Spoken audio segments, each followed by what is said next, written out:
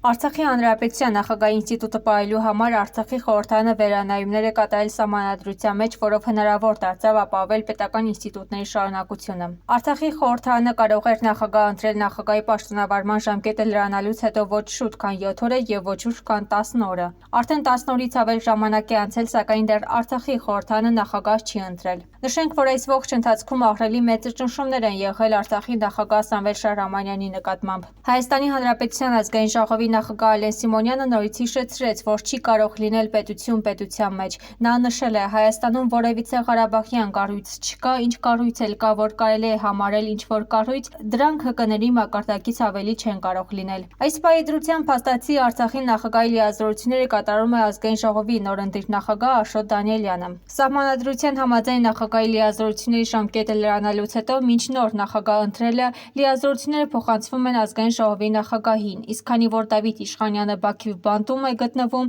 ուստի Արցախի խորհրդարանը անհրաժեշտաբար ազգային ժողովի նախագահ ընտրեց։ Հիշեցնենք, որ մայիսի 21-ին կայացած Արցախի Հանրապետության ազգային ժողովի արտահերթ նիստում միաձայն որոշմամբ խորհրդարանի նախագահ ընտրվեց Ազատ Հայերնի խմբակցության պատգամավոր Աշոտ Դանիելյանը։